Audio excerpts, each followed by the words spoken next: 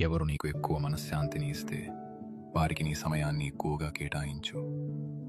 ఒక మనిషి నిజమైన వ్యక్తిత్వాన్ని చూడాలంటే తాను తిరిగి ఏమీ ఇవ్వని వారిని ఎలా చూస్తారో గమనించు.